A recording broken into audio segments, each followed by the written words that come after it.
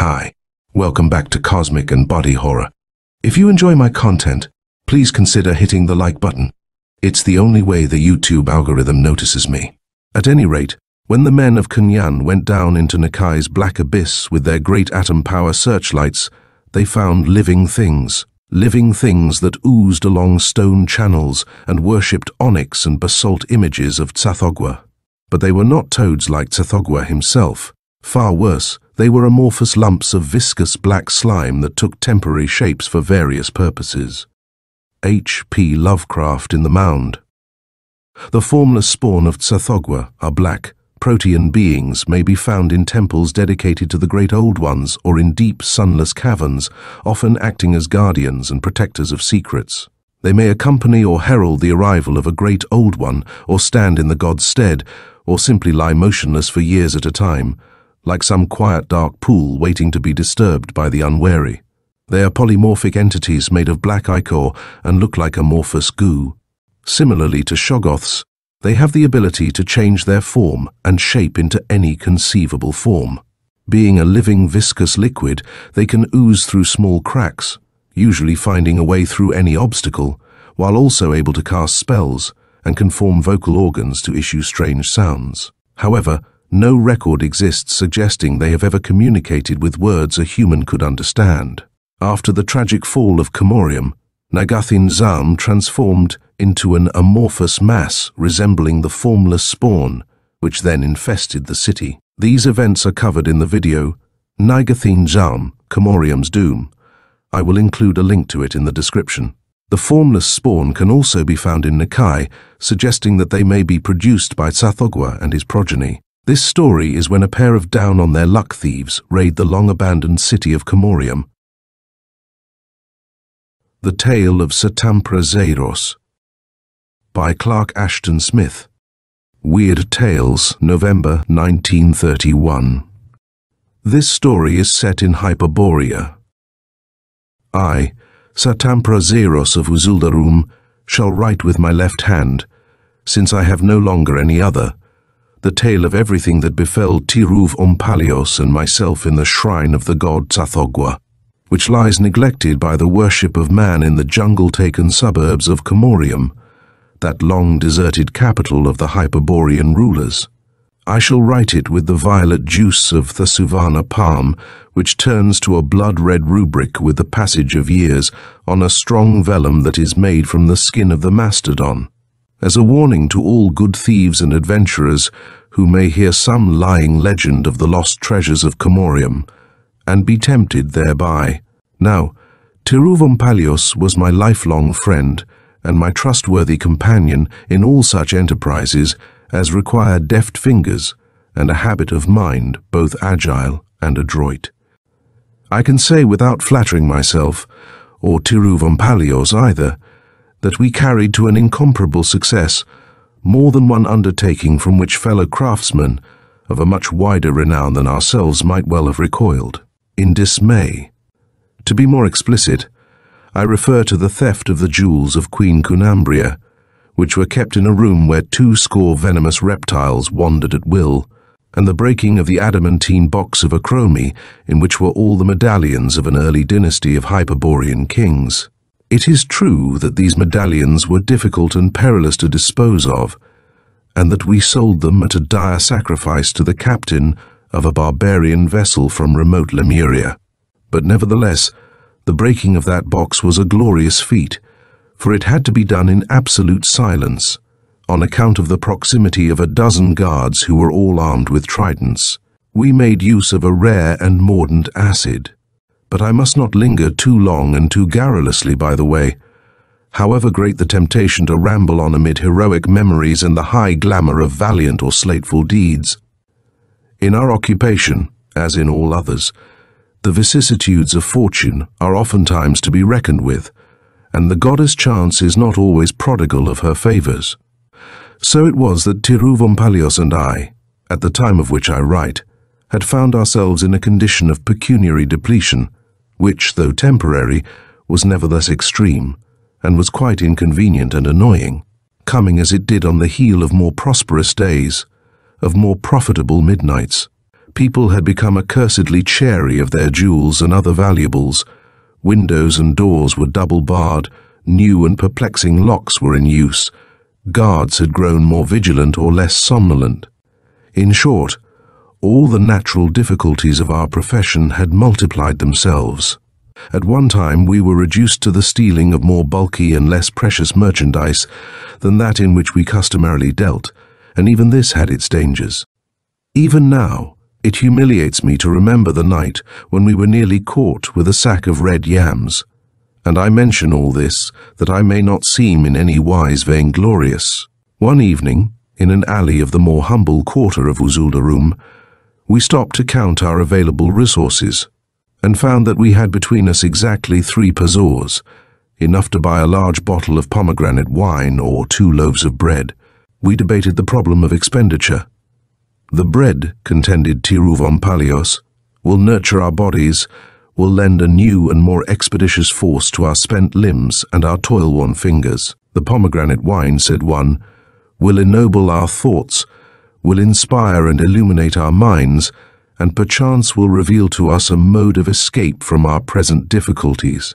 Tiruvon yielded without undue argument to my superior reasoning, and we sought the doors of an adjacent tavern.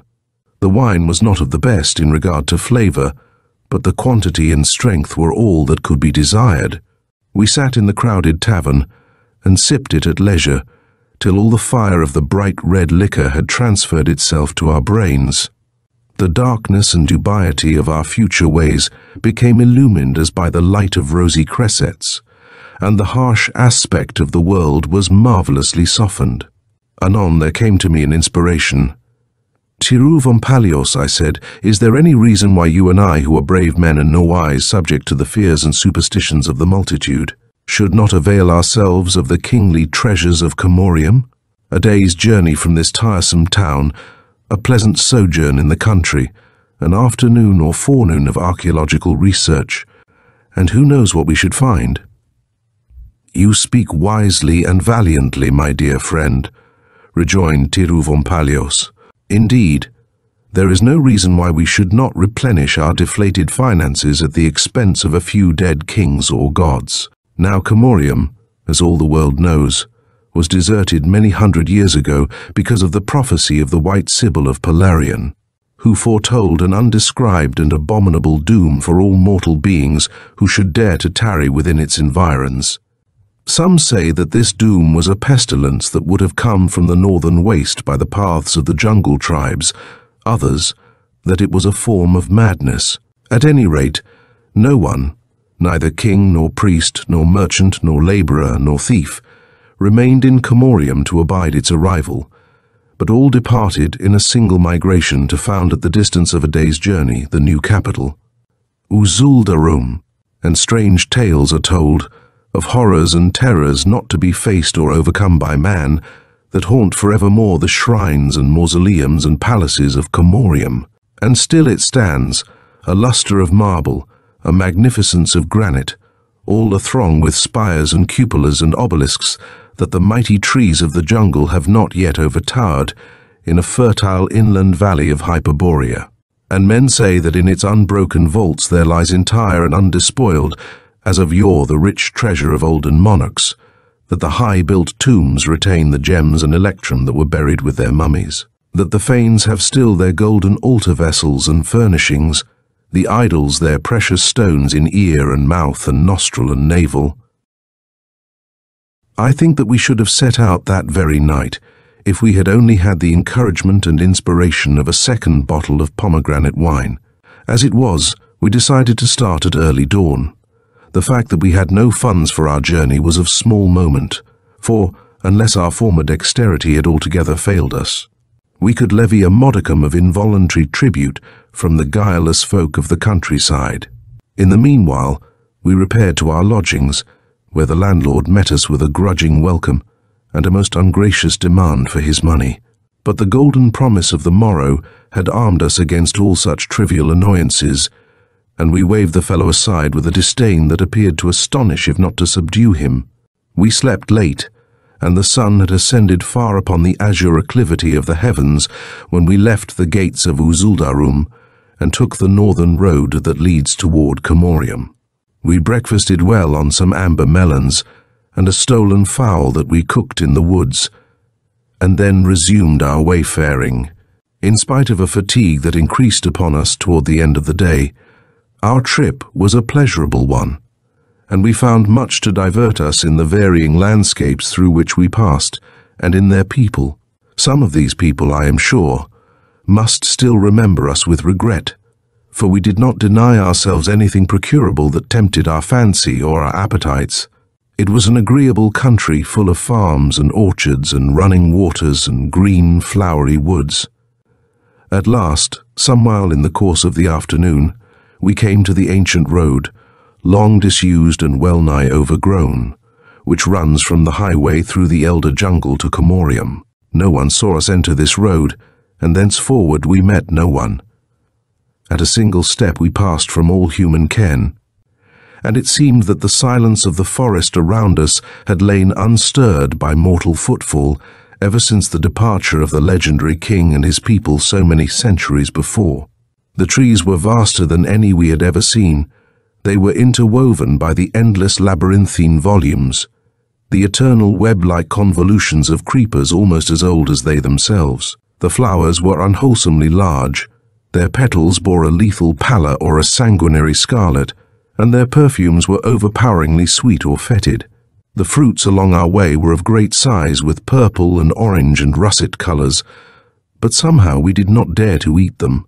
The woods grew thicker and more rampant as we went on, and the road, though paved with granite slabs, was more and more overgrown, for trees had rooted themselves in the interstices, often forcing the wide blocks apart. Though the sun had not yet neared the horizon, the shades that were cast upon us from gigantic boles and branches became ever denser, and we moved in a dark green twilight, fraught with oppressive odors of lush growth and of vegetable corruption. There were no birds nor animals, such as one would think to find in any wholesome forest, but at rare intervals a stealthy viper with pale and heavy coils glided away from our feet among the rank leaves of the roadside, or some enormous moth with baroque and evil-colored mottlings flew before us and disappeared in the dimness of the jungle. Abroad, already in the half-light, huge purpureal bats with eyes like tiny rubies arose at our approach from the poisonous-looking fruits on which they feasted, and watched us with malign attention as they hovered noiselessly in the air above. And we felt, somehow, that we were being watched by other and invisible presences, and a sort of awe fell upon us, and a vague fear of the monstrous jungle, and we no longer spoke aloud or frequently, but only in rare whispers. Among other things, we had contrived to procure along our way a large leathern bottle full of palm spirit. A few sips of the ardent liquor had already served to lighten more than once the tedium of our journey, and now it was to stand us in good stead. Each of us drank a liberal draught, and presently the jungle became less awesome, and we wondered why we had allowed the silence and the gloom, the watchful bats and the brooding immensity, to weigh upon our spirits even for a brief while, and I think that after a second draught we began to sing. When twilight came, and a waxing moon shone high in the heavens after the hidden day-star had gone down, we were so imbued with the fervor of adventure that we decided to push on and reach Comorium that very night. We supped on food that we had levied from the country people, and the leathern bottle passed between us several times. Then, considerably fortified, and replete with hardihood and the valor of a lofty enterprise, we resumed our journeying. Indeed, we had not much farther to go, even as we were debating between ourselves with an ardor that made us oblivious of our long wayfaring, what costly loot we would first choose from.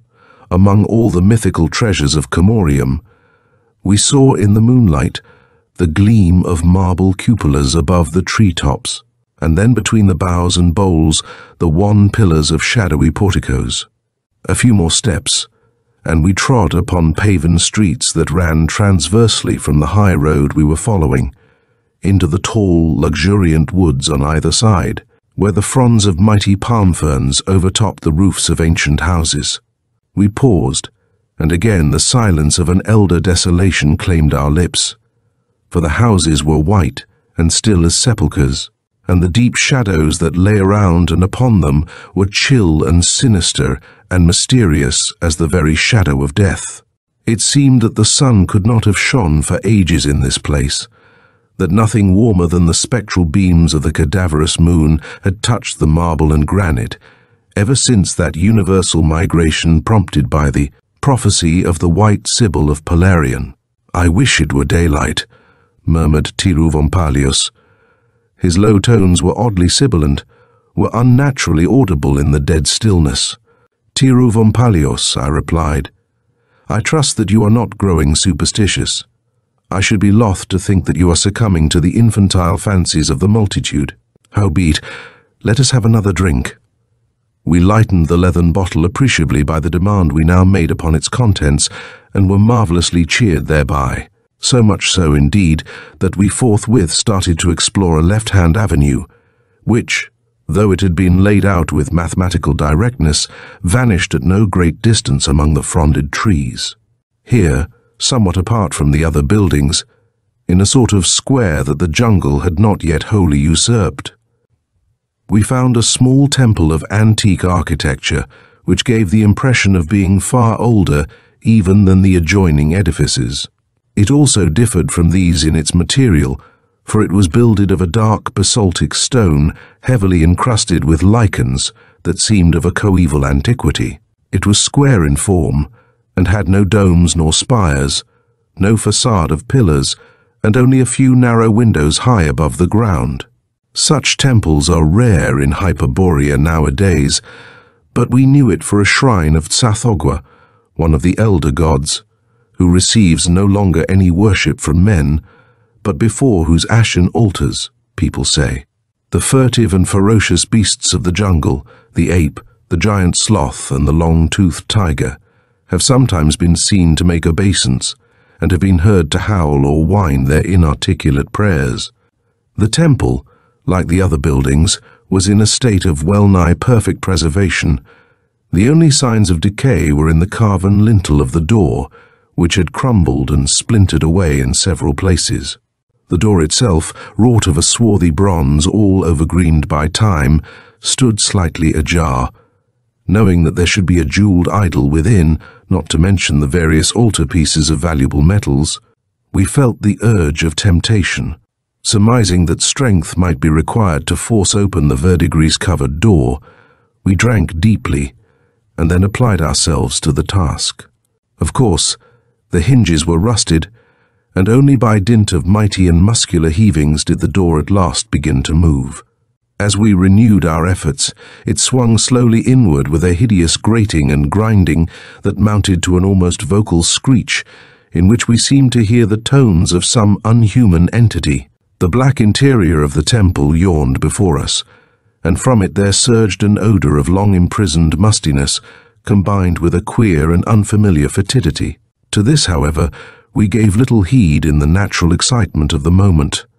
With my usual foresight, I had provided myself with a piece of resinous wood earlier in the day, thinking that it might serve as a torch in case of any nocturnal explorations of Comorium. I lit this torch, and we entered the shrine. The place was paven with immense quinquangular flags of the same material from which its walls were built. It was quite bare, except for the image of the god enthroned at the further end, the two-tiered altar of obscenely figured metal before the image, and a large and curious-looking basin of bronze supported on 3 legs, which occupied the middle of the floor. Giving this basin hardly a glance, we ran forward, and I thrust my torch into the face of the idol. I had never seen an image of Tsathoggua before, but I recognized him without difficulty from the descriptions I had heard. He was very squat and pot-bellied. His head was more like that of a monstrous toad than a deity, and his whole body was covered with an imitation of short fur, giving somehow a vague suggestion of both the bat and the sloth. His sleepy lids were half lowered over his globular eyes, and the tip of a queer tongue issued from his fat mouth. In truth, he was not a comely or personable sort of god, and I did not wonder at the cessation of his worship, which could only have appealed to very brutal and aboriginal men at any time. Tiru Vompalios and I began to swear simultaneously by the names of more urbane and civilized deities, when we saw that not even the commonest of semi-precious gems was visible anywhere, either upon or within any feature or member of this execrable image. With a niggardliness beyond parallel, even the eyes had been carven from the same dull stone as the rest of the abominable thing, and mouth, nose, ears, and all other orifices were unadorned. We could only wonder at the avarice or poverty of the beings who had wrought this unique bestiality. Now that our minds were no longer enthralled by the hope of immediate riches, we became more keenly aware of our surroundings in general. And in particular, we noticed the unfamiliar fetor I have spoken of previously, which had now increased uncomfortably in strength. We found that it came from the bronze basin, which we proceeded to examine, though without any idea that the examination would be profitable or even pleasant. The basin, I have said, was very large indeed. It was no less than 6 feet in diameter by 3 in depth, and its brim was the height of a tall man's shoulder from the floor. The 3 legs that bore it were curved and massive and terminated in feline paws displaying their talons. When we approached and peered over the brim, we saw that the bowl was filled with a sort of viscous and semi-liquescent substance, quite opaque and of a sooty color. It was from this that the odor came, an odor which, though unsurpassably foul, was nevertheless not an odor of putrefaction, but resembled rather the smell of some vile and unclean creature of the marshes. The odor was almost beyond endurance, and we were about to turn away when we perceived a slight ebullition of the surface, as if the sooty liquid were being agitated from within by some submerged animal or other entity. This ebullition increased rapidly.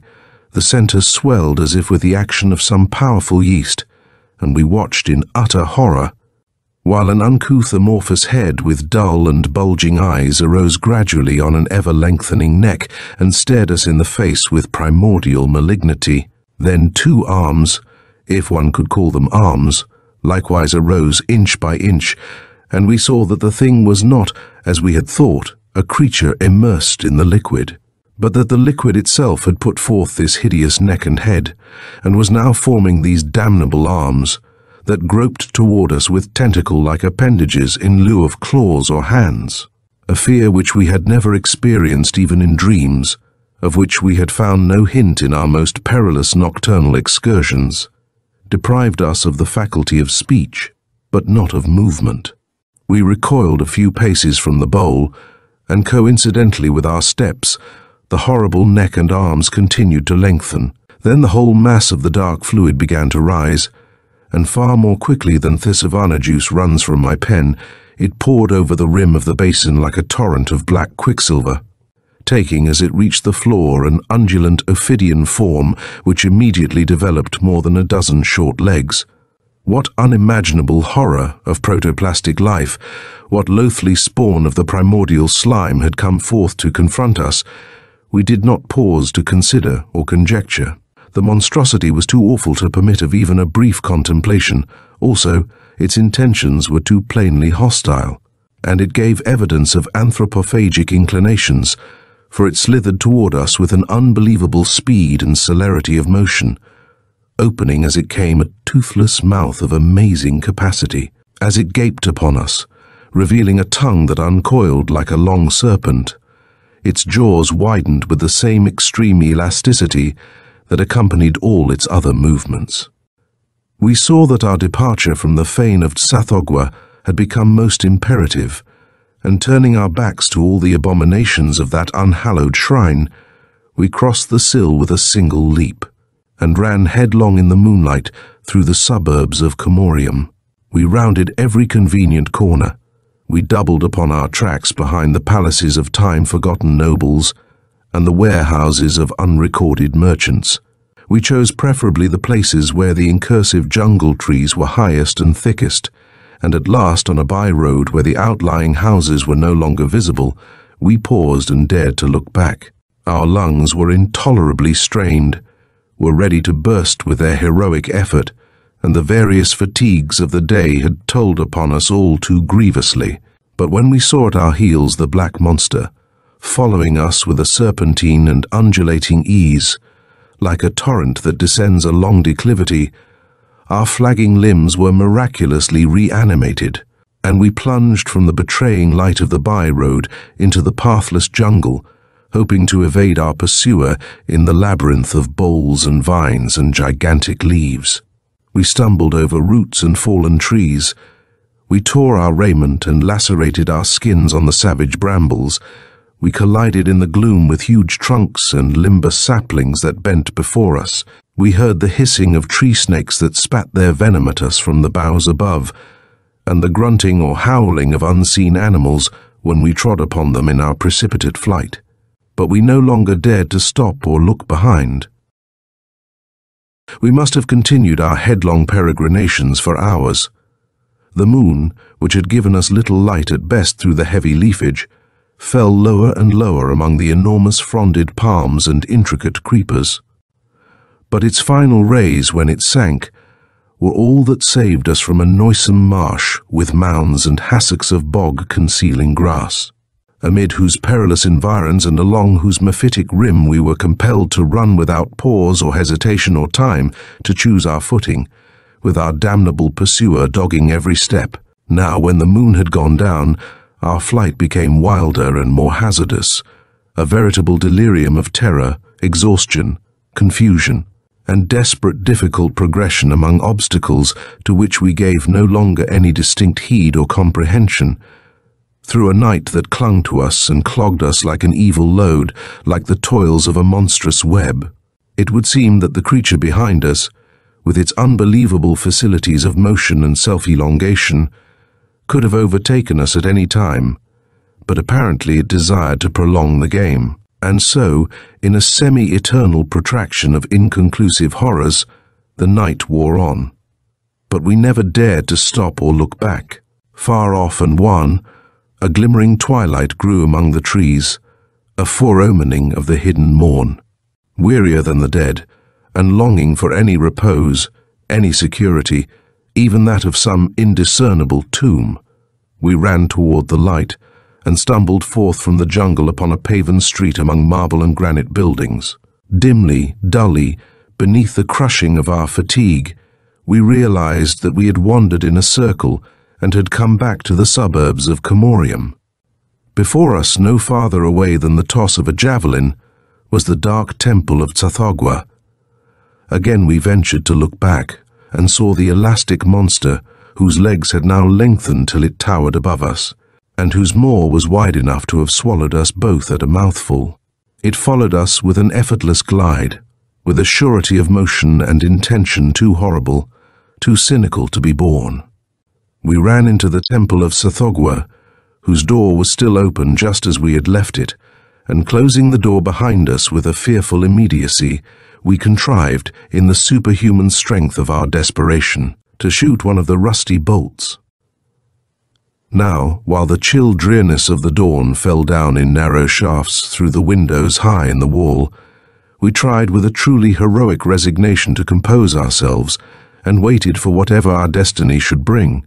And while we waited, the god Tsathoggua peered upon us, with an even more imbecile squatness and vileness and bestiality than he had shown in the torchlight. I think I have said that the lintel of the door had crumbled and splintered away in several places. In fact, the beginning process of ruin had made 3 apertures through which the daylight now filtered, and which were large enough to have permitted the passage of small animals or sizable serpents. For some reason our eyes were drawn to these apertures. We had not gazed long, when the light was suddenly intercepted in all 3 openings, and then a black material began to pour through them, and ran down the door in a triple stream to the flagstones, where it reunited and resumed the form of the thing that had followed us. "Farewell, Tiruv Ompalios," I cried, with such remaining breath as I could summon.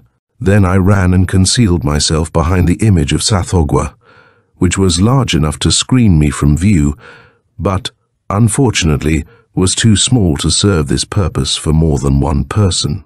Tiruvempalios would have preceded me with the same laudable idea of self-preservation, but I was the quicker, and seeing that there was not room for both of us to the rearward of Tsathoggua, he returned my valediction and climbed into the great bronze basin, which alone could now afford a moment's concealment in the bareness of the fane. Peering from behind that execrable god, whose one merit was the width of his abdomen and his haunches, I observed the actions of the monster. No sooner had Tiruvempalios crouched down in the three-legged bowl, when the nameless enormity reared itself up like a sooty pillar and approached the basin. The head had now changed in form and position, till it was no more than a vague imprint of features on the middle of a body without arms, legs, or neck. The thing loomed above the brim for an instant, gathering all its bulk in an imminent mass on a sort of tapering tail, and then like a lapsing wave it fell into the bowl upon Tiruvempalios. Its whole body seemed to open and form an immense mouth as it sank down from sight. Hardly able to breathe in my horror, I waited, but no sound and no movement came from the basin, not even a groan from Tiruvempalios. Finally, with infinite slowness and trepidation and caution, I ventured to emerge from behind Tsathoggua, and passing the bowl on tiptoe, I managed to reach the door. Now, in order to win my freedom, it would be necessary to draw back the bolt and open the door, and this I greatly feared to do because of the inevitable noise. I felt that it would be highly injudicious to disturb the entity in the bowl while it was digesting Tiruvempalios, but there seemed to be no other way if I was ever to leave that abominable fane. Even as I shot back the bolt, a single tentacle sprang out with infernal rapidity from the basin, and elongating itself across the whole room, it caught my right wrist in a lethal clutch. It was unlike anything I have ever touched. It was indescribably viscid and slimy and cold. It was loathsomely soft like the foul mire of a bog, and mordantly sharp as an edged metal, with an agonizing suction and constriction that made me scream aloud as the clutch tightened upon my flesh, cutting into me like a vice of knife blades. In my struggles to free myself, I drew the door open and fell forward on the sill. A moment of awful pain, and then I became aware that I had broken away from my captor. But looking down, I saw that my hand was gone, leaving a strangely withered stump from which little blood issued. Then, gazing behind me into the shrine, I saw the tentacle recoil and shorten till it passed from view behind the rim of the basin, bearing my lost hand to join whatever now remained of Tiruvempalios. End of the Tale of Tsathoggua by Clark Ashton Smith.